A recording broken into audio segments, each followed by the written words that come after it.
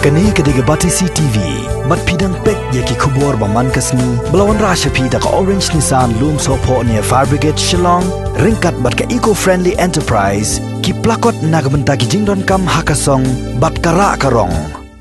Menta ka janmit, ha ka review meeting ka sarkar ka lasim ya karai, bahkan neka lockdown ka bankut la syai menstep, ngin nem impose ya ka lockdown, temporarily, but ya katangin sampai katu kene por ka ka bagi don kaban le. Ten rei nakabenta la syai, ngin nem don ka lockdown. Nakabenta kene ke area ka bagi ong ka Shillong agglomeration, lane ka bagi ong ka Shillong urban area.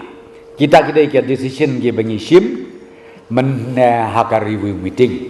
See, the decision was taken on the basis of number one.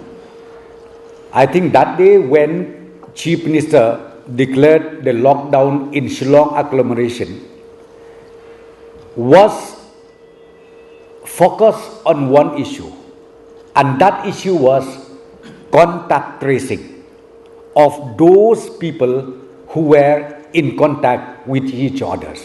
So as of today, after we received the input from the health department through DHS, so the contact tracing is more or less completed as far as these contacts of wedding party is concerned.